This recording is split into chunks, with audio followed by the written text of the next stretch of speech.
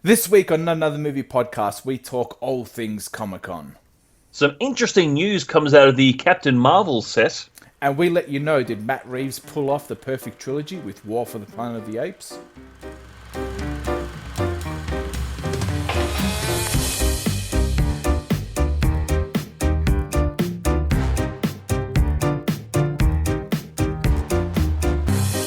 Hello and welcome back to Not Another Movie Podcast. I'm Sean Pierce. And I am Sean Kelly. And we are back from a week hiatus. We were over in Comic-Con, taking in all the sights, taking in the whole H, all from our bedrooms.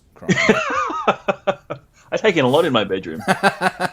Yeah, no, we just took a week's break because we wanted to talk about all things Comic-Con in the one episode rather than half and half. So we've got a hell of a lot to talk about because a lot of things have dropped over the week. But firstly, how was your week?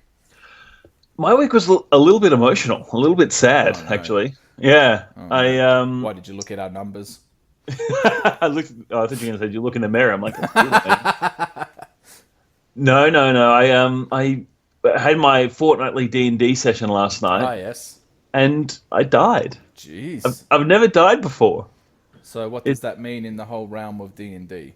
It just means that I have to write up a new character. But I was so invested in this character. Like, I bought a custom miniature online. That cost $40. Jesus. And now they're dead. I'm getting a refund. I can tell you're quite taken aback by the events that happened. Yeah, I'm quite upset. So I'm looking forward to this show so I can get back to, what's good in my life. Is there like a system with your friends where we're like, oh, nah, it's all right, you can just keep your character, or is once you're dead, you're dead?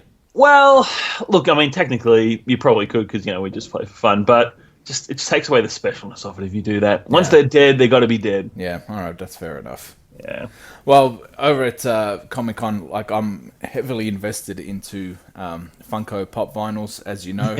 And with Comic-Con comes around a new range of Comic-Con exclusive pop vinyls. Oh. Now, I'm part of a lot of, I wouldn't say part, I'm in Facebook groups that, swap and trade pop vinyls and everything else and talk pop vinyls. And you have never seen a bunch of adults act more like babies when these Comic-Con pop vinyls come out. People will, like, there's a store in Geelong called Pop Culture, and they're basically the it and a bit for everything pop culture related, hot toys, pop vinyls, and they've got the market share over everyone. So people are actually lining up in the middle of Geelong, in the middle of winter, and this store is right near the beach, so it would be dead cold at like 4 a.m. to wait 5 hours for this shop to open, just to make sure that they get these particular ones that there've only been 1,000 of them made worldwide. And good luck to them. Just pop vinyls. There was some TV show called The 100.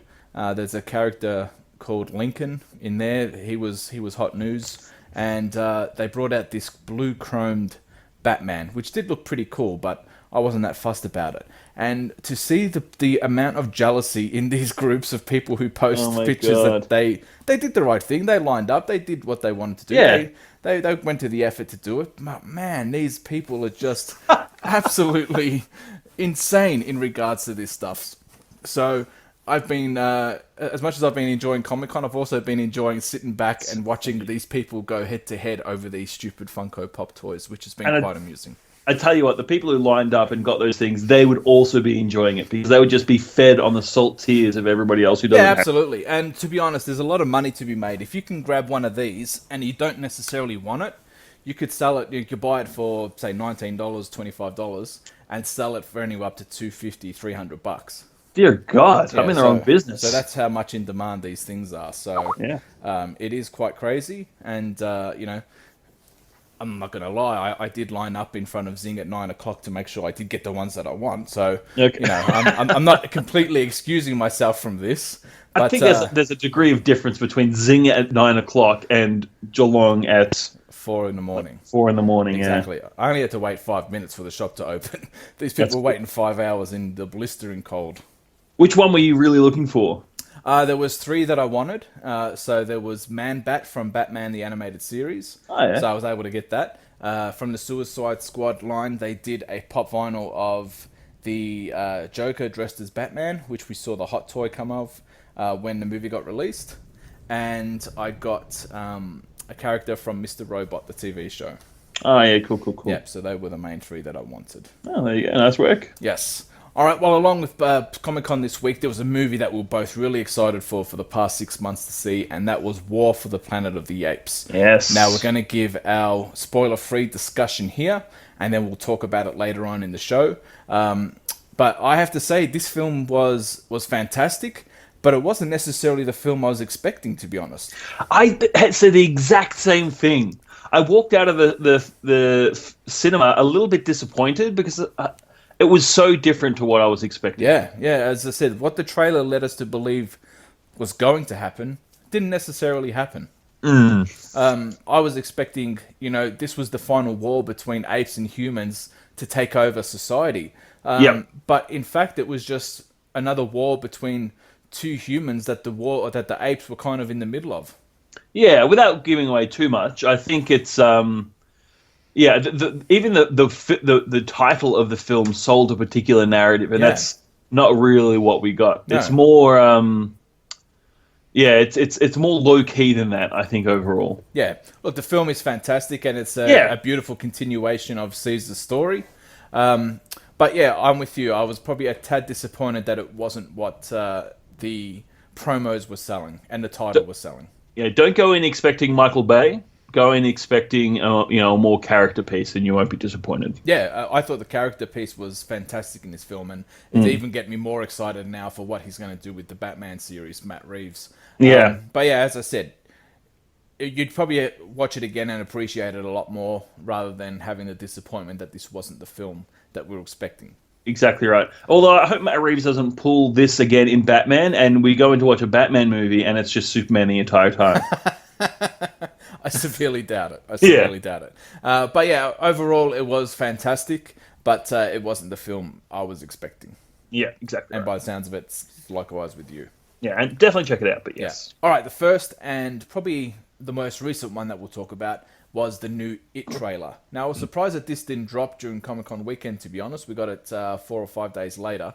But man, this film just keeps delivering the goods. Yeah, it looks pretty fantastic, I have to say. Yeah, and I'm glad that they're not showing... Like, we're only getting glimpses of Pennywise, which is good. I'm glad the whole trailer isn't Pennywise and give away his best moments, which, I particularly don't want to see anymore. I know it's only the official trailer now, but so far so good. Damn, this looks good. We did hear him talk in this trailer, which we hadn't before, I believe. And we heard his laugh as well, which was two things we hadn't seen before. But I hope that they pull back now. We don't need to see anymore. Did you see the nod to Tim Curry's Pennywise? No, I didn't. There's that scene in the trailer where the boys, I don't know why you would do it, walking through the room with all the clown dolls. Yeah. And in the background, you can see a Pennywise doll. Awesome. I'll have to go back and have a look at that. Yeah, it's cool. Yeah, no, that is damn cool. But the excitement for this film just keeps on building.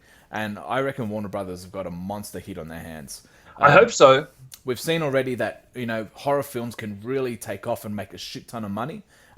If they can get that tweeny audience that tend to love to go and see this. Yep. But if you can capture that audience and you can capture the adult audience and, everyone who's a fan of the book and even a fan of the TV miniseries, you've got a lot of audience you can get if they were able to hit this. And I think they will. And now, I've not read the novels, but from what I'm reading, it's actually, there are scenes in this trailer which hint at scenes from the novel which haven't been in the series or in the other thing. So it looks like they're really doing justice to the source material, which is fantastic. Well, there was one scene that I heard that won't be in it, but it is in the book, where there's like a big orgy scene between the boys and this girl. Oh, really? Yeah, which is, they... You sound so disappointed. No, I'm glad it's not in there, because the kids are like 12, 13 years old. Yeah, it's a bit weird. But I would like to, because as I said, I've never read the book either, to see how that would actually fit into this story in the book is quite puzzling, to be honest. Yeah. But, maybe some reader of the book who's a fan of the show might be able to fill us in on how that scene came about in the book. All right, cool. All right, well, the biggest one to drop over Comic-Con weekend would have to be the Justice League trailer. Now, we spoke about the first trailer. Was a little underwhelming, a little too CG for our liking, but I gotta admit, I did like this trailer a hell of a lot more. Yeah, it's definitely a step up. You got a little bit more of, the character elements, but I don't know, I'm still being a hater. I wish I wasn't being a hater, but I still kind of am. Look, I can understand why, because, we've been disappointed already so far with 2 out of the 3. So, you don't want to... It's like when you break up with a girl and you're still friends with her, but you don't want to get those attachments again, just in case you are, really disappointed again. So, I can kind of see where you're coming from. But saying that too, everything did look a lot better in this. Cyborg that we questioned looked pretty horrible in the first trailer. Yeah. He looked really good in this trailer. Ezra Miller, his tone in this as the Flash looks awesome. Yeah. As I'm liking him more and more. Ben Affleck still looks kick-ass as Batman. Jeremy Irons looks fantastic again as Alfred. So there's still a hell of a lot to like. And we saw a bit of Steppenwolf, and he looked pretty sweet. Yes, there was nice glimpses of him. They didn't give the full reveal as yet. And you can kind of see why, in the story we spoke about in the last podcast, why the main actor hadn't actually had any scenes with the main cast. So you can kind of see that come into play here. But for me, I think it's a step in the right direction. Yeah, I loved Alfred's line as well about, remember when it was all just fighting like penguins? Yes. With rocket launchers or something. That's cool. So that means the Penguin already exists in this world. We know the Joker already exists in this world. Possibly the Riddler, you can kind of say, existed in this world. There was a few little Easter eggs pointing to him in Batman v Superman. So, it's good that we can already have this world without having to set up all those villains again in the next, installments of the Batman film. Yeah, it looks like as well. I mean, we go back to Themyscira, which is cool. It looks like Steppenwolf's forces come and collect a mother box. Yeah, looks like the same thing happened. I think that's how Aquaman is going to be brought to the surface as well. I think Atlantis is going to get attacked by those guys. Yep. It just looks cool. There's It looks pretty righteous, but I'll wait and see. Just hold that hope, my friend. Just hold it. I'll try. All right. Well, it's funny enough that they say in this trailer, like Superman stood for hope. And on the one hand, I'm like, well, he didn't really, but I'm glad you're at least saying that. That's something. Yeah. As I said, they're slowly turning the ship, all right? Just stay positive. Yeah, okay, I'm down. All right, we got our second look at Thor Ragnarok. Now, this trailer looks pretty damn cool. Yeah. You can kind of see the relationship between Bruce Banner / Hulk and Thor come out, which, they spoke about that it was going to be like a buddy type film, and we're seeing that already. There's some great exchanges of dialogue between Hulk and Thor, which was pretty cool. And the visuals just look fantastic. I absolutely agree. I think there are some aspects where I'm still getting that CG, like when Thor is in the gladiatorial arena. I'm like, you can kind of tell he's just standing on a green screen there. But hopefully, when it's all moving around, it'll be a little bit more real. But I'm really surprised by just how funny this trailer. Hopefully, all the jokes aren't in the trailer because it's bloody hilarious. Yeah. Well, as I said, I'm a big fan of Taika Waititi, and if you've seen his films, there's so much funny parts, that you don't see in the trailer. So fingers crossed, that they are saving the best till last. And can I just say that final scene with him, when Hela's like, "What are you the god of again?" and then we see him come down on a bolt of lightning. Yes. It was it made me think, we haven't really seen him be the god of thunder. Yeah, it's true. Like, we've seen him throw his hammer around a lot, which is cool, but we haven't really seen, he is a god. Let's see some of that shit going on, so that's exciting. Well, we know already that he loses his hammer, so maybe he's got no choice.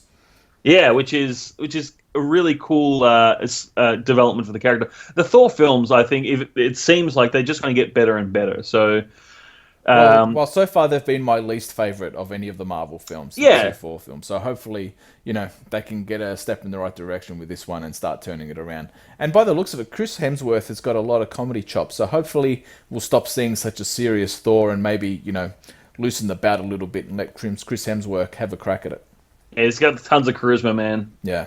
All right, well, one film that I was looking forward to actually seeing bits and pieces of because I keep hearing about this book and the fact that Steven Spielberg is doing it, and that was Ready Player One. Now, I don't know anything about this. All I know is the fucking trailer looks pretty damn cool. Yeah, it's really inspiring because I've heard about it in sci-fi book stories, and it's like one of those classic ones. Oh, you've got to read this. But it's kind of escaped my notice. But having seen this, man, now I really want to go back and read it. Yeah, and the cool thing about this trailer is that there was so many I wouldn't say Easter eggs because by the sounds of it, they're actually a big part of the story. Yeah. But we're seeing all different characters and vehicles appear from certain things like Akira, Back to the Future, Nightmare on Elm Street, The Iron Giant.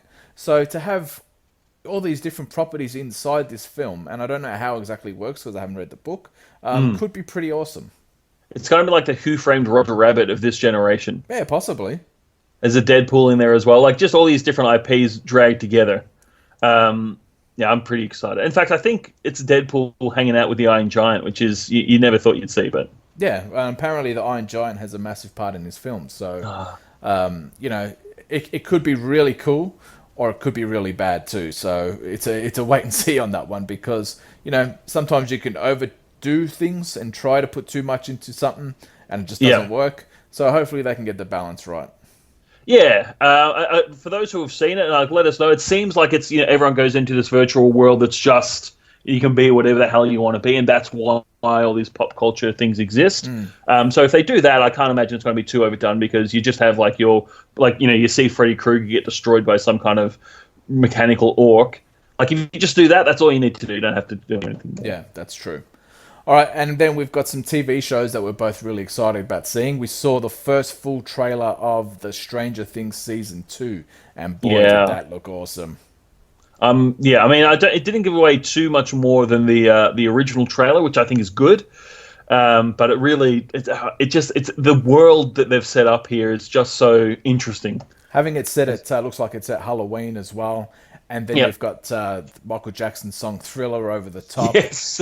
It was just so damn cool. And seeing the boys dressed as the Ghostbusters, and not just dressed as the Ghostbusters, they look actually doing Ghostbuster things. Like they've got the traps where they trap the ghosts. They're setting those out. I'm like, what the hell are they doing? Like, is this part of the actual show, or are they just playing pranks with all this gear? But I think it's going to be like the D&D of this season. Like last season, it was D&D formed like a core story element, whereas in this one it's going to be Ghostbusters. So there's probably going to be like different disturbances around town that they're going to go and investigate, and maybe that's how they get back into the Eleven and stuff like that. Yeah, that's possible, true. And we did get our first glimpse at 11, so obviously we know already that she was alive. But now we've got our first visual take that yes, she's definitely going to be part of this show. Yes. All right, and the second one that we're both looking forward to, and it's the last trailer we're going to talk about, and that was The Defenders, where we're teaming up Daredevil, Luke Cage, Jessica Jones, and Iron Fist. I still have not seen Iron Fist, and I don't know if I'm going to see it before The Defenders comes out. I would just go on Wikipedia and just read the synopsis. That's what I think of the I'll season, do. So then you can kind of get an idea. Look, to me, the trailer does look cool. Yeah. Hearing the reviews of the last 4 episodes, apparently it's very hit and miss. It's very undecided on how well this show is going to be. From what I'm hearing and reading, it takes a long time for the actual group to come together. So it's more of like a prelude of them coming together than actually them fighting together. If that makes sense. Well, that's interesting, because it seems from the trailer that they're like day one together. I mean, it's kind of good that it takes a while for them to come together. I'd hate for them just to be thrown together, and it might not make much sense. But at the same time, you want to get it. It's called The Defenders. Yeah. But the good thing is it does come out, I think, in 1 week's time or a week and a half's time, so we'll be able to tell for ourselves. But so far the reviews haven't been overwhelming to say. Yeah. I'd just watch it for Sigourney Weaver, to be honest. Oh, absolutely. I'm still going to watch it, so they've got my cash regardless. But it's maybe we should hold our expectations for the moment. Well, so look out on the next couple of weeks. We'll do some reviews. Yeah. All right, well, let's kick into the movie news, shall we? Ladies and gentlemen, can I please have your attention? I've just been handed an urgent and horrifying news story. All right, so let's talk about all the things Comic-Con that dropped first. And Marvel actually didn't really drop a lot of bombs. They showed off a lot of stuff. They showed pictures or a poster of the Avengers Infinity War, which is really cool, which is on our Facebook. They dropped a poster for Ant-Man and Wasp, which was really cool. They announced that Michelle Pfeiffer is going to be in Ant-Man and Wasp. She's going to play Michael Douglas's wife, which is very cool. Yes. But as I said, they just mainly talked about things that we already knew. Like we saw a new poster for Black Panther. The cast came out and waved their hats and said hello to everyone. But there was no real bombs dropped because, as we said previously, they're not going to tell us what's happening after the Avengers Infinity War, where usually at Comic-Con we get to see what's part of the next phase. But we might have to hold off before we get any really big news from Marvel. And I'm okay with that because I think they've set themselves up. They've got everybody's money for the next couple of movies. Don't spoil anything coming after that. Give us the experience. Yes. But one thing they did drop at both Comic-Con and the Disney D23 is that they showed a clip from the Avengers Infinity War, and it did make its way online. I don't know if you saw it or not. But, no, I haven't seen it. It was basically a man who captured a quarter of the screen. So if you can think of a screen and then cut it in half sideways, that's how much of the trailer you actually saw. But in saying that, from the half of the trailer that I did see, the footage looks pretty damn cool. Nice. Was there any spoilers in there? Or? Yeah, I'm happy to talk about the parts that I saw. There's a part where the Guardians of the Galaxy are flying through space in the Manolo, and then all of a sudden Thor hits the windscreen and gets stuck there. And then Rocket Raccoon turns on the wipers to get him off his window. And then obviously they drag him in, and then Thor's like, "Who are you?" And the Guardians are like, "Who are you?" And then it cuts to a scene where Peter Parker is sitting on a bus. And then all of a sudden the hairs on his arm stand up. So he does have the spider sense in these films. And then obviously we get some cutscenes of Thanos coming to Earth. And then the big money shot at the end is Thanos drags pieces of the moon and slams them into Earth. So from what I saw, the visuals look fantastic, but Marvel still refuses to release it online because it's unfinished. And fair enough. And this is a real bugbear for me. I'm like, you've got millions and millions of fans across the world. Why not show it to everyone rather than just, a couple of thousand people in Hall H at Comic-Con? Because they want to do this. They want to get us talking. It would get us buzzing anyway, but this way they can double dip because they get to buzz it now and then buzz it when it's actually revealed. Yeah, but, the fact that there's a leaked horrible version online and that's the first people are going to see of the Infinity War, wouldn't you rather them see what everyone else saw rather than a shitty phone version? Yeah, look, I technically agree, but, I'll put my faith in them for this one. Yeah. But they did drop a big piece of news, and this is probably the most exciting part, is that the Captain Marvel film is going to be set in the 90s. Now, if you think about the Marvel timeline, this is going to be for Iron Man. So, Captain Marvel already exists in the Avengers world, even before Iron Man becomes Iron Man. Yes, I'm really interested to see how they factor this in. Has he just been chilling in space the entire time, or... Yeah, who knows? I guess that could absolutely be true. So I'm not sure. It's pretty exciting for me. And the film will feature the Skrulls. Yeah, which is pretty exciting. I don't know if maybe they're being set up for the next big bad after Thanos, because they're the Skrulls are an alien sort of conqueror race who. One thing interesting actually, they have shape-shifting ability. So it's entirely possible that, they've had things in the Marvel Universe where they've had massive infiltrations of government and things like that. So maybe that's what they're going to set. If they're setting in the 90s, they set up Skrull infiltration and then, cut back to modern day for Captain Marvel 2, and suddenly there's, Skrull everywhere. It's kind of a bit Hydra-ish, so I wouldn't be surprised if they didn't go down that way. But if they did, it would be really cool. Yeah, and... that does sound really cool. And they've also said that Nick Fury is going to have 2 eyes. So we're actually going to see what happens to his eye, possibly in his Wow. film. Yeah. That's so cool. So, yeah, there's a lot that can actually happen in this film. And as you said, the fact that, what is she doing this whole time? Is she in space? Is she on Earth? Is she just a normal civilian? Who knows? So that's really exciting. Yeah, I can't wait. Yeah. All right, well, over at DC, they were just dropping bombs left, right, and center. We finally got a release date for Wonder Woman Part 2. It's going to come out December 13th, 2019. So that's really cool. We got 2 years before we see the sequel to that one. Yeah. And I think it is now number 3 worldwide of the top 3 films of 2017. And it's got the most holding power of any superhero film. So holding power means that it's still hanging around in the top 10 of the box office a lot longer than any other superhero film has. So, as much as DC have done wrong, they've really, really done something really right with Wonder Woman. And I think that holding power is really telling, because that shows it's not just a flash in the pan. Oh, a new female superhero. Let's go and see that. It means that, no, people. It's not just about it being a token gesture. People really do want to see this. Yeah. Gal Gadot has confirmed that she'll reprise her role. And it's looking at a period through the 80s, through the Cold War. And Patty Jenkins isn't confirmed, but it looks like a sure bet that she'll definitely come back. Yeah, that'd be silly not to. She's as big as a role of this as Gal Gadot. So. Yeah. All right, well, the biggest bomb that DC dropped was the announcement of what their next films are going to be. So they've officially announced the Flash film is going to be the Flashpoint. Now, this is so fantastic, but it's also so too soon, in my opinion.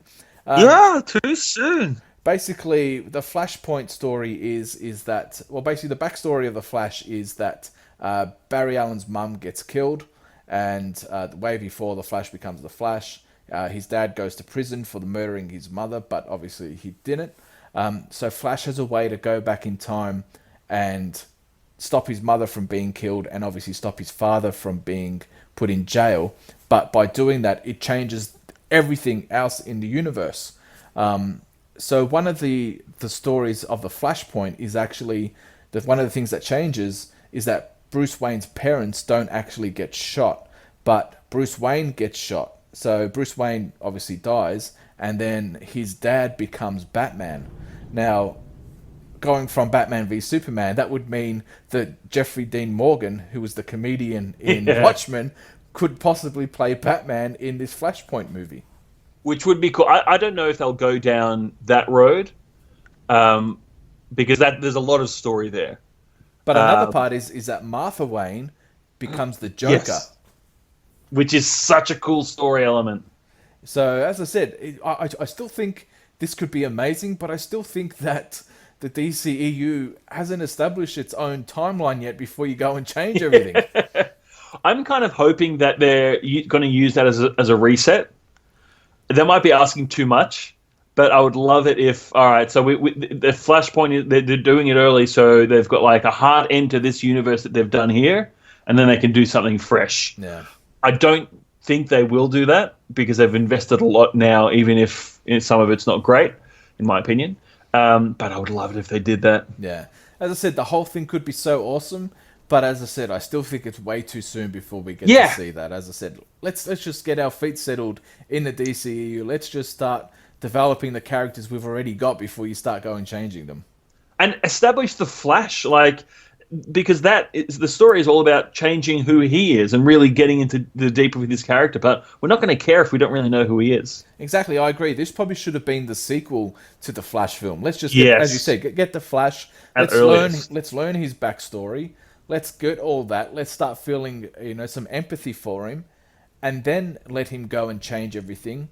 And then he's going to obviously complete everything. Everything's going to go completely wrong when he does it, and then let him see him struggle to realize, which the TV show did so fantastically, that he has to go back and he has to let his mum get killed, which in a TV show was one of the most emotional things you probably ever see. Let's just build his character first before you go and change it.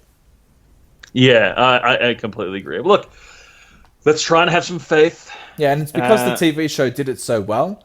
I'm going to be very interested to see how the movie will pull this off. Well, there's the whole notion of they should have used the TV. They should have linked the TV version anyway, but that's a whole other story. Yeah, that is another whole story. All right, but the other films that were announced is obviously the sequel to Wonder Woman, the Green Lantern Corps, and then we're getting Shazam, Suicide Squad 2, the Batman, Justice League Dark, and Batgirl. So, the only real surprise there is obviously the Green Lantern Corps and, the Flashpoint.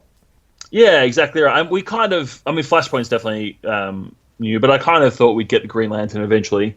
We've talked about it previously, and I do love that it's the Green Lantern Corps. I think that's an interesting story that hasn't been told. Yeah, it will be very cool, and then we can get rid of the Ryan Reynolds version completely out of our memory and move on. from that debacle. All right, well, there was another piece of news that hasn't been confirmed yet, and it's still rumored, is that Screen Rant has reported that Warner Brothers are developing a live-action DCEU film which will pit the Harley Quinn verse against the Joker. Now, which is cool. It's going to be separate from Gotham City Sirens and the Suicide Squad. So it'd be interesting because obviously the last time we saw them, he was breaking her out of prison. So what goes awry from there? And you can start to see Harley slowly turn away from the Joker at the end of that film. But obviously she was really excited to see him come and rescue her. But, how that plays out, who knows? But, that could be cool. And I'm hoping Jared Leto will come back for that. I can't imagine I can't imagine them doing a Joker film without him, surely. They couldn't recast that part. Yeah.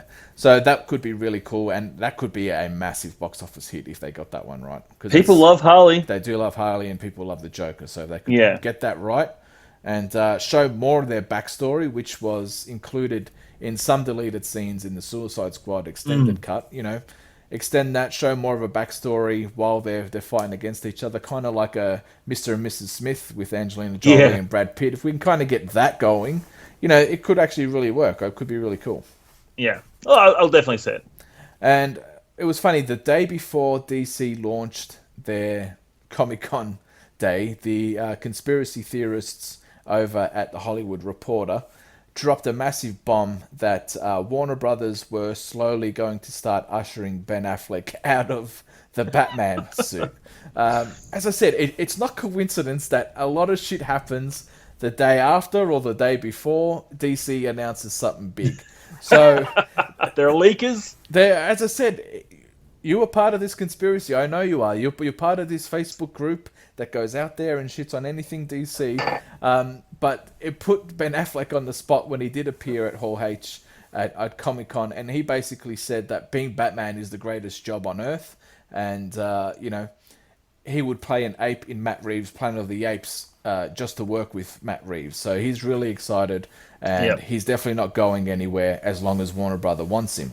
Now, of course, he's going to come out and say that. He's not going to say, oh, yeah, it's true, Warner Brothers are going to stick with me, usher me out. Shitheads. But the fact that he turns 45 years old this year, and you would think if they are going to do a trilogy starting in 2019, I think was when the Batman's going to be released, and then every 2 years after that, he's going to be into his 50s by the time the last film finishes. So, he is getting a little longer in the tooth. So he's pretty fit, though.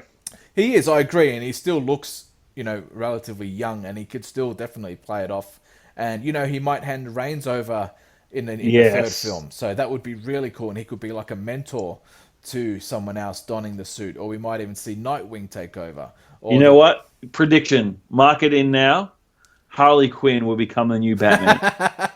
You think I'm crazy, but I bet you that is what happens, because she already in the comics and the games and some of the extra media, she's been working with Batman and she's become kind of a good guy. And with Harley Quinn and Margot Robbie's popularity, man, I could see that happening. Yeah, well, who knows? If it does happen 6 years' time or 7 years' time, you're here to go first. Exactly. Yeah. Sean's put his name all over it. But as I said, usually when there's smoke, there's fire, and it does make sense, but who knows at this point? Exactly. Yeah. I love Batman. I love Affleck as Batman, and I hope that continues in Justice League. So fingers crossed, that he will stay in the role for at least 2 or 3 more films. Yeah. All right, well, the reshoots are happening at the moment for the Justice League film. And, there was a big song and dance when the Rogue One reshoots were happening, that they were a lot longer than expected and cost a hell of a lot more. But the final product was fucking amazing. Yeah. So there's reports now that Warner Brothers are spending up to $25 million over 2 months of reshoots, where usually reshoots happen for about $10 to $6 million and typically last 1 to 2 weeks. So, they are doing a hell of a lot on this reshoot. Yeah. And obviously it's being helmed by Josh Whedon, however you want to say it. But they've got a bit of a problem at the moment, and it's quite funny when you think about it, is that Henry Cavill is at the moment doing a film called Mission Impossible 6. Can't believe there's fucking 6 of these films. But anyway, his character has a moustache. Now, Paramount has a clear line in his contract that he is not allowed to remove his moustache at all. So funny. At the moment, he's going between productions of Justice League and the Mission Impossible film set, and now Warner Brothers have a dilemma because now everything they're shooting with Superman, he has a moustache. So now they're going to have to spend more money to digitally remove his moustache from the final cut of. No, I say leave it. Why can't Superman have a cool moustache? I don't want Superman having a porn stash. All right. There is nothing cool about a porn stash. I say give him the moustache and give him the mullet, and let's just see what happens. Yeah. Of all the shit that DC go through, having to remove a moustache from Henry Cavill's scenes as Superman, and who knows how many scenes there are? There might not be that many, but it is actually quite funny. Everyone's going to be watching his top lip very carefully to see if they can see the digital removal of the moustache. It'd be great if they just forgot one frame and he's just talking, all of a sudden there's a moustache and then it's gone. Well, people have obviously the internet have blown up over this, and there's actually videos out there now where they've re-digitalized scenes from Batman v Superman and put the moustache in, which is quite amusing. And it looks good. Yeah. So as I said, everything is happening at the DC, and for them to have to remove Henry Cavill's porn stash is quite amusing. Look, they would have done the numbers. They think it's gonna make them more money than it would otherwise. So. Oh, absolutely. They wouldn't be spending the cash if they didn't think they were getting it back. Yeah. And 25 million when you've already spent 200. Yeah, exactly. It's a bit of a drop in the ocean. Chump change. All right. Well, a couple of weeks ago we spoke about Todd McFarlane's hard-on to reboot the Spawn franchise, and he had one condition, is that he had to write, produce, and direct it. And looks like he's finally got his wish. He is going to produce the film with Blumhouse Films, who at the moment are on fire. They've been able to turn so many low-budget films into big box office. So to see them involved with this and letting Tom McFarlane basically have the creative freedom of anything he wants to do with the Spawn franchise, we could be in for something very cool. You think that's good though, because he is so attached to the character? Don't you need some outside influences in there to, temper him a little bit? Are you saying that we might get another George Lucas prequels here? Yeah, exactly right. If he's too many yes men, if he has too much power, it's writing, directing, and producing. You need other influences. Yeah, but this is his baby. I would let him have a go at his baby at least. Yeah, that sounds weird when you say that. Yeah. Look, I agree, but it just hopefully there are some other good voices on there, and he's man enough to seek feedback. Well, the story of Spawn goes that he was a Marine who gets killed, and then he does a deal with the devil to return to Earth to see his family. The devil grants his wish as a form of a housespawn, so now he works for the devil. But then when he gets to Earth, he's found that his wife has married his best friend.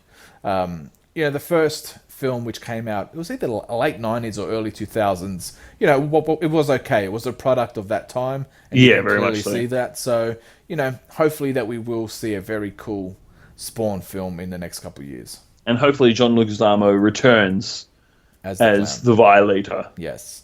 He was very cool. I did like him.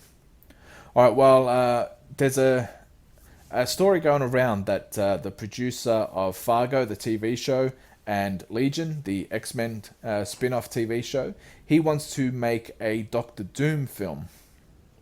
Which I have no idea how this is going to happen. Well, given the rights and such. Well, Fox already owns the rights to Doctor Doom, so Fox will produce it. But have they said they will produce it? Yeah, they're going to produce it. Oh, okay. Yeah. Fans all over the world say this is probably the most complex and rich villain of all the Marvel characters. So to see him come to life after the abominations that we've seen already of Doctor Doom, the Julian McMahon one from the first Fantastic Four, and the shit pile that was the Josh Trank. Yep. I don't even know how you can call that Doctor Doom. It looked nothing like him, and it was just horrible. So to have a whole film dedicated to him, and I've been saying this for a long time, that villains should be getting their own films because they're probably a lot more interesting and a lot more appealing than the heroes, in my opinion. To see the first one get done could be really cool, and I'm so glad it's this one. I'm so glad. Particularly Doom. Particularly Doom. That guy can sustain a trilogy easily. Yeah.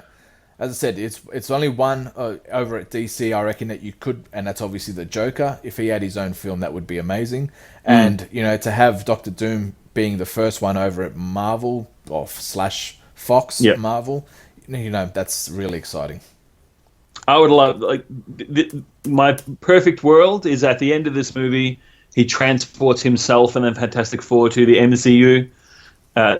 And then they can just continue on there. I know that's not going to happen, but I'd just love to see Doom and the Fantastic Four in this new Guardians era MCU or MCU. And if you haven't seen the Fargo TV show, the first 2 seasons are absolutely brilliant. The third one let itself down, but the first 2 were something really special. So for him to hopefully carry over some of that into Doctor Doom would be really cool.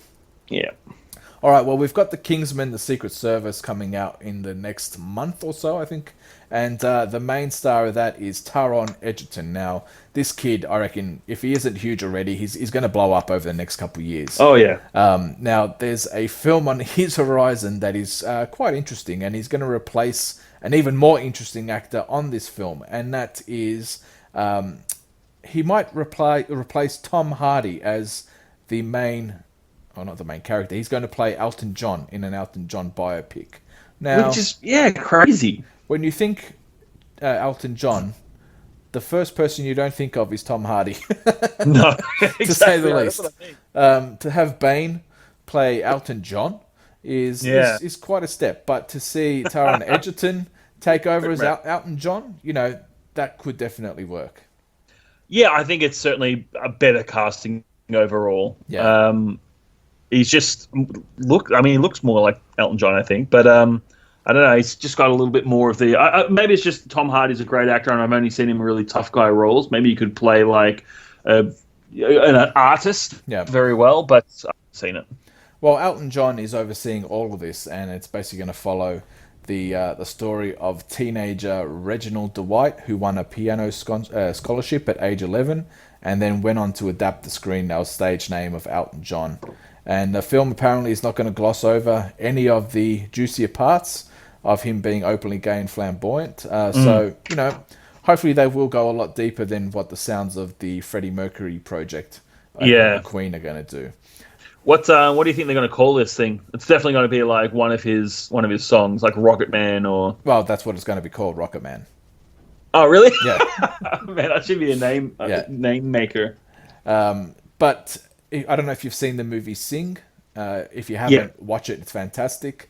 Taron Egerton actually sings I'm Still Standing at the end of that film, and he does have singing chops. So, so he could definitely pull off Elton John in this film.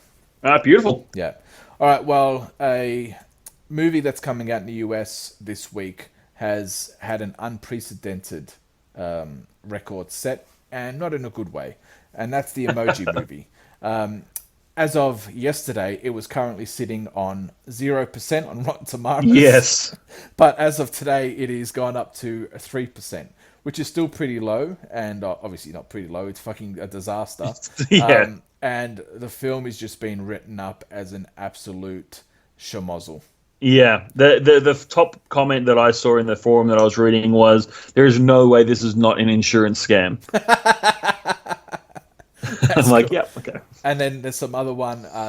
The Wrap called it a soul-crushing disaster. Oh my god! Which is, not something that you would rather call an animated film. No. And then they're calling it one of the most darkest, the most dismal films he's ever seen. I don't know how he means by darkest, because you would think this is a kids' movie. You'd think you'd want to keep it pretty light. But the reviews are horrendous on this film. And I remember when the trailer came out, we spoke about the trailers for that week, and you said, "Oh, do you want to speak about the Emoji Movie?" And I said, "No, I'm good."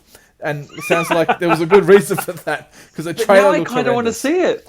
Yeah, look, Ryder, my son wants to see it because it has a poop emoji. So, of course, played by Patrick Stewart. Exactly. So, of course, you're going to get the kids who just want to see a poop floating on screen. So, I will let you know how bad this film is when it does come out.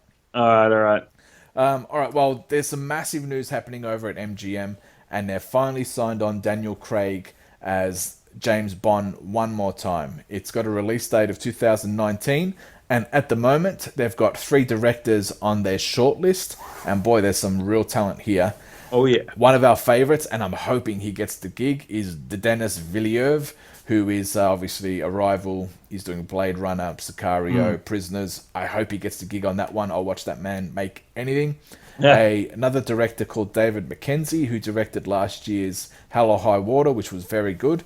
And another director called Jan Demege, who created a film called 71 and White Bull Rick. Now, I haven't heard of either of those films. I should have done some research before we started the show. But apparently he's the front runner to direct the last Daniel Craig James Bond film. He's probably the cheapest. Yeah, probably too. Yeah. So this is what I think is going to happen. I think they're going to close off the Daniel Craig storyline of the James Bond in this film. And then I think we're going to get it rebooted. And then I think Christopher Nolan is going to jump in. Why do you think he'll jump in on the reboot? Well, he said that he would only do James Bond when it needs to be recreated. So I think after this film would be the perfect time for Nolan to jump in. All right. Well, you heard it here first, guys, so that's what happens. And I'm even going to put a name to James Bond. Yeah? Tom Hardy. Yeah. Oh, wow. Okay. Christopher Nolan loves Tom Hardy. He's been in, I think, 3 films so far. And, Tom Hardy could definitely pull off 007. All right. We're going to talk about this more in the future because I want to know what your predictions are for how you recreate James Bond. Oh, I'll have to put my thinking cap on for that. Yeah, put your thinking cap. Yeah. All right, now before we go into the spoiler-filled discussion, speaking of Christopher Nolan and Tom Hardy, I couldn't go without talking about Dunkirk. Now, we talk about a lot of, some are blockbuster films, a lot of comic book films, but man, Dunkirk is a cinematic masterpiece. Christopher Nolan has made so many great films, and I dare say this could possibly be his best. That's pretty big. Yeah. Now, when you put Christopher... Now, I said this when I saw the trailer, and you weren't that excited for it. I said, if you can put Christopher Nolan's style of filmmaking, where he likes to do pretty much everything in camera, which means hardly any special effects or digital effects, and put him into a war film, it could be anything. And my God, it was something. This film looks amazing. The story is fantastic. The way he tells the story is incredible. He uses basically no dialogue at all. He gets no one to tell the story for us. It's just what you see on screen is the story, and it follows a story on land, it follows a story on sea, and it follows a story on air, and how he's able to combine all 3 in the final act. Think about how he cuts Memento, how there's a lot of bits and pieces here, there, and there, and then he puts it all together to get this beautiful climactic finish to the film. This is what he's done in a war film, and I got to say, I watch my films loud, but this was hands down one of the loudest films I have ever seen in my life. I've heard. It is incredible. When you see the planes go over your head, the gunships go off, the battles happen, you're like, fuck, this movie is loud. Even the first gunshot that you hear scares the shit out of you because it's that loud. But I cannot rave enough about this film. I cannot wait to see it again. I've been trying to work out how I can go and see it again.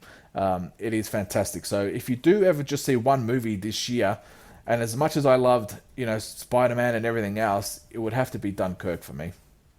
So tell us what you really think. I'm actually quite surprised that they released this as a summer film. I thought this would have been, Oscar bait. Oscar bait, exactly. I don't know. It still will be Oscar bait, but because it'll already be 6-8 months old by the time the Oscars come around, I would have thought they would have pushed this towards the end of the year so you got more Oscar hype. But, if this film doesn't win something, I'll be shocked. Yeah, all right. All right, well, that's it's glowing praise. Yeah, Christopher Nolan should win Best Director for this film. All right. At the moment. I haven't seen any Oscar films yet. But, as I said, I'm quite surprised this was brought out so early. Cool. And so I'll see it on those recommendations. Yeah, and if you can see it at the movies on a bigger screen, you won't be disappointed. Yeah, awesome. All right, now we're going to talk about our spoiler-filled discussion of War for the Planet of the Apes. So if you don't want to hear, go and see the movie, press pause, come back. We'll be waiting for you. Okay. They're gone. Yes. All right, so as we spoke about at the top of the film, I was expecting the war that was going to put us in the place of the original Planet of the Apes film, where monkeys rule the world and humans are the slaves. And, you know, that's what halfway through the film, I still thought that was going to happen. Me too, because it started off like you were expecting that with a battle. Yes. And, you know, the film starts with a bang, and I thought, yes, this is just going to be all-out war. And then, as I said, it just became a war between a faction of the military that wanted to do something, and the other faction didn't want them to do it, with just the apes caught in the middle. Which, I kind of like that as an idea. I love. There's a part of me that loved at the end of the film when, you know, all those guys in white stormed the place and they were all excited, and it really led to this. There's a history here and there's a world here beyond the apes, which I thought was really interesting. But it wasn't the story that I wanted to see. Really, I wanted to see. My impression was, because they showed in the trailer like people attacking that compound. The whole time that Caesar was in the compound, I'm like, how is he going to get out and attack this compound again? Like, I still expected him to do it, but it wasn't. Look, as I said, I didn't hate the movie. No. I still love the movie, but I don't think they got the perfect trilogy. No, I don't think so either. Yeah. And I would actually suggest the first kind of third, but leading up to Caesar getting put into the prison was a little bit heavy. Like, it didn't have the same nuance and the same complexity that the previous films did. It was a little bit heavy-handed, I thought. Yeah. The other two films had a really wide scope of what they were trying to do. Yes. But this film, it was just basically kind of like a narrow revenge film for Caesar. Yeah, exactly. And because obviously we're talking about spoilers, his son and his wife get killed by Woody Harrelson's character. Yeah. And then rather than him lead the apes, it was just him just going to get revenge for the death of his family. Yeah. Which is fine, but as you said, the way this film was sold isn't what we got. And what it actually is, it's the story of Moses. He is Moses. He leads them to the promised land at the end of the film, but he doesn't make it there himself. So it's Moses taking his people out of Egypt. They've even got him, the apes, building this wall, which is a stand-in for the pyramids. And, and he says, like, you know, the guy thinks he's a god king, Woody Harrelson, I thought played a really good character, thinks he's a god king, and is building these monuments to himself. Eventually, Caesar lets his people go and he makes it out. And then, instead of the Red Sea coming in and crushing the Egyptians, you've got the avalanche. Yeah. It's just full of that, really. And they're being crucified as well, and they're whipped exactly like Moses was. Not crucified, but whipped. So, yeah, it's very heavy on the religious allegory. Yeah. Which I think, in all sincerity, is a little bit below the trilogy. I think the other ones didn't rely on that, let's just retell his old story. The other ones were their own story, which I liked. Yeah. Look, there was a lot of emotion. There was a lot of suspense. There was a lot of everything in this film. But as I said, probably on a second watch after we've gotten over the fact that it isn't the war for Earth that we thought it was going to be, you know, that you'll definitely see a more powerful film in there. Yeah, I agree. I think, I went in with too many specific expectations. Yeah. And look, I thought the whole subplot of humans going mute was kind of led nowhere as well. I like it for the reason that I like the idea of the two armies, because it's like there's this world out there and that's not related to the apes. But what somebody suggested on a forum I was reading is that's leading to the start of the first old film, where humans are less developed than they are for us. Yeah. So possible. I think that it might have been a nod to that notion. So, which could be cool. Yeah. But in saying that too, is that obviously we said at the start that this film closes the story for Caesar, and obviously Caesar dies at the end of this film. Mm-hmm. So, you know, we're not going to see the Caesar-led Apes film that we have seen. So, you know, the whole story changes, and, you know, I always thought that the films would definitely connect to the first Planet of the Apes films, but now, by the looks of it, you know, they're probably going in a different direction now. Well, what they might be leading up to is Apes as the antagonist, like they were in the old one. Yeah. So, and you can't really do that with Caesar at the head, so that would kind of make sense. Yeah, and I love the fact that Caesar was still tortured by Koba in this film. You know, the fact that apes don't kill apes was the main theme of the second film. Yeah. And then he's still dealing with the consequences of the fact that he did have to kill Koba. And in sense, he kind of became Koba in this film. Yeah, he did, but again, I don't think that was resolved either, because they set that up as like the main will he or won't he. Yeah. And at the end, then he's like, I will. And the only reason he doesn't is because that great moment at the end with Woody Harrelson when he's regressed, which I thought was cool, but I don't know. I wanted more from Caesar, to be honest. And it was funny because they kind of, and I think it was a conscious decision to subvert these tropes, because the human with the bow and arrow, the whole film you're expecting him, or the crossbow rather, the whole film you're expecting him to help Caesar, but at the end he's going to kill him, and then he gets grenaded. Yeah. So I thought that was kind of a cool thing as well. Yeah. No, look, as I said, there was a lot to like, and in the bright sunshine on another day, we'll look at this film again and go, wow, this was something special. And then, we'll, after we see possibly if there's a fourth Apes film, we'll be able to think back and say, oh yeah, this is why this was done and everything else. So at the moment, there's still a lot of question marks of where this film is going and what it set up. It didn't set up what we thought it was going to set up, and maybe that's why we're a little disheartened. Yeah. But as I said, there's still a hell of a lot to like in this film. The performances from Andy Serkis as Caesar was so good. And unfortunately, it's a performance that he doesn't get recognized for. He's not going to win any awards for it, which is a real shame, because to be able to bring the emotion through and to have his story told through digital CG is fantastic, and it's something that's not going to be awarded come the end of the year. I know, which is a shame. And the CG in this film was just incredible. Yeah, you forgot you were watching a CG film for a long time. That's what's so great about all of these films, is that you completely forget what you're watching, and you're completely submerged in this film. And it was so funny, like the morning it came out, the Thursday, I was watching the Today Show, and fucking the hack Richard Wilkins was like, if you really suspend disbelief, you'll like this film. No shit, you're watching fucking Talking Apes, you dickhead. What a fucking stupid thing to say. Oh, if you suspend disbelief. I'm like, it's a fucking any movie. War for the Planet of the Apes. Of course you're going to suspend disbelief. It's in the title. He's a fucking retard. How is he the entertainment reporter? He's got no idea. But he gets what's their faces? What are those? The SBS peeps. Yeah, then you get them on that shit. That chick that looks like an Ewok. What? I've never heard that before. She looks like an Ewok. You never seen her?